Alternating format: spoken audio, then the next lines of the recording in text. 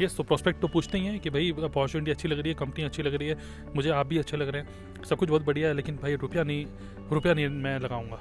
ठीक है, रुपये लगाने के लिए मत कह देना भाई बस, और वहीं पर ही गाड़ी रुक जाती है, वही रुक जाती है। अब देखिए क्या होता है कि इस चीज़ को मैं थोड़ा सा अच्छे से एक्सप्लेन करता हूँ।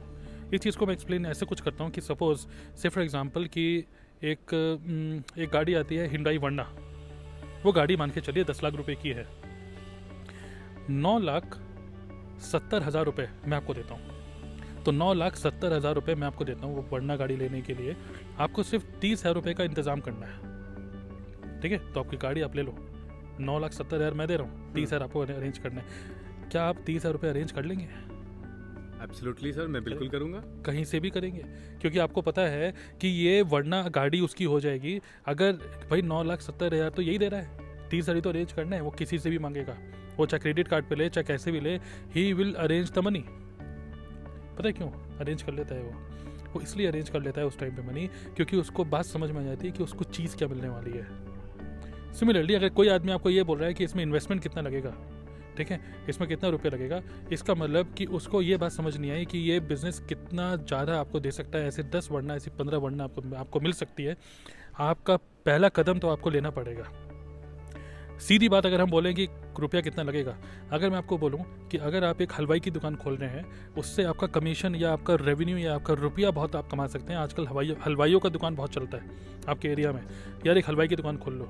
उस हलवाई की दुकान जब आपने मान लीजिए कुछ रुपया लगा के खोल भी ली, ओके, लेकिन जब तक आप अपनी खुद की मिठाइयाँ नहीं चखेंगे तब तक आपको कैसे पता होगा कि भाई इस मिठाई को उस मिठाई में कैसे टेस्ट है। आप एक हलवाई अपना खुद का माल तो चखेगा ना। सिमिलरली इस बिज़नेस में आपको कुछ इन्वेस्ट नहीं करना, आपको जो प्रोडक्ट या जो अपॉर्चुनिटी किसी और को रिकमेंड करेंगे एटलीस्ट उसको यूज़ करके तो देखो, तब आपके अंदर से कन्विंसिंग टोन नहीं, एक्सपीरियंशियल एक इन्फॉर्मेटिव टोन होगी। ओके, तो यहाँ पर रुपया नहीं लगता, सीधी बात तो ये है। लेकिन खुद का माल जो आप दूसरों को देने वाले हो उसके बारे में आपको एक एक्सपीरियंशियल नॉलेज होनी चाहिए। उसके लिए हम लोग बोलते हैं कुछ प्रोडक्ट यूज़ करो, बेचो मत, कुछ प्रोडक्ट पहले खुद से यूज़ करो, एक्सपीरियंस लो एंड देन शेयर करो। ओके, एक और एग्जांपल मैं आपको समझाना चाहूँगा। आप जैसे दिल्ली में अगर हम जाते हैं तो दिल्ली में बहुत ज़्यादा आजकल चलता है, बहुत ज़्यादा पॉल्यूशन हो ही गया है, तो रिक्शा भी जो है ना आजकल ई रिक्शा बन चुके हैं। Okay, electronic rickshaw. तो लोग सोचिए, ऐसे लोग सोचते हैं कि लोग वो इलेक्ट्रॉनिक रिक्शा भी लगभग एक 1.25 लाख रुपए का आता होगा। 1 लाख रुपए का रिक्शा खरीदने के लिए भी लोग रुपया अरेंज कर लेते हैं।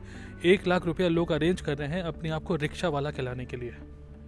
लेकिन यहाँ पर कुछ रुपए से कुछ प्रोडक्ट खुद से यूज़ करना है और आपको एक तरीके से ग्लोबल बिजनेस आपके लिए स्टार्ट हो रहा है। आप उसके लिए इतना क्यों सोचते हैं? लोग 1 लाख कहीं से भी अरेंज करके अपने आप को कहलाना चाहते हैं कि मैं रिक्शा वाला हूँ, लेकिन यहाँ पे आपको एक ग्लोबल एंटरप्रेन्योर, आपको एक अपॉर्चुनिटी मिल रही है, आप अपना बिजनेस स्टैब्लिश कर सकते हैं, ग्लोबल बिजनेस। वो बिजनेस के लिए माइंड क्यों इतना छोटा हो गया? Okay, it is all about mindset. इसकी वैल्यू पहले आप समझिए।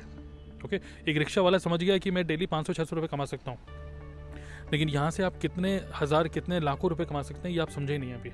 इस अपॉर्चुनिटी को दोबारा से कंसिडर करिए, दोबारा से देखिए, एंड देन आपको ये जो इनिशियल इन्वेस्टमेंट है ना कुछ प्रोडक्ट लेने की, ये आपकी खुद की नॉलेज के लिए है। रुपया कहीं इन्वेस्ट करने का ऐसा कोई स्कीम नहीं है यहाँ पे।